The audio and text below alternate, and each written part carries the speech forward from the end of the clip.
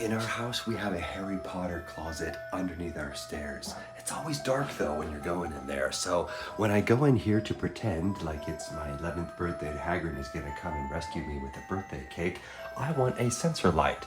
Now, initially, before you install this thing, I do want to point out that it's best to actually install a screw here and a screw here. Note that it's on the outward perimeter where these slats are. Don't actually put the screws in the screw holes here and here, because since you are screwed in here and there, you can slide and rotate this around.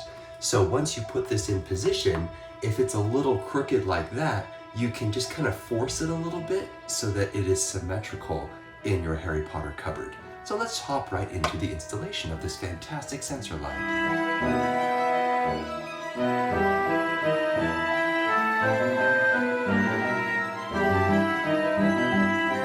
Put it on like so, rotate it to the left, and look at that, that's beautiful. Now to actually adjust this, you'll notice that there is an on, which stays always on, but I'm gonna put it on auto, so I'm gonna flick it down, watch your eyes for a moment, a little bright, and now I'm gonna put it on for 180 seconds. So after 180 seconds, it will turn off, and let's go ahead and test it once it turns off.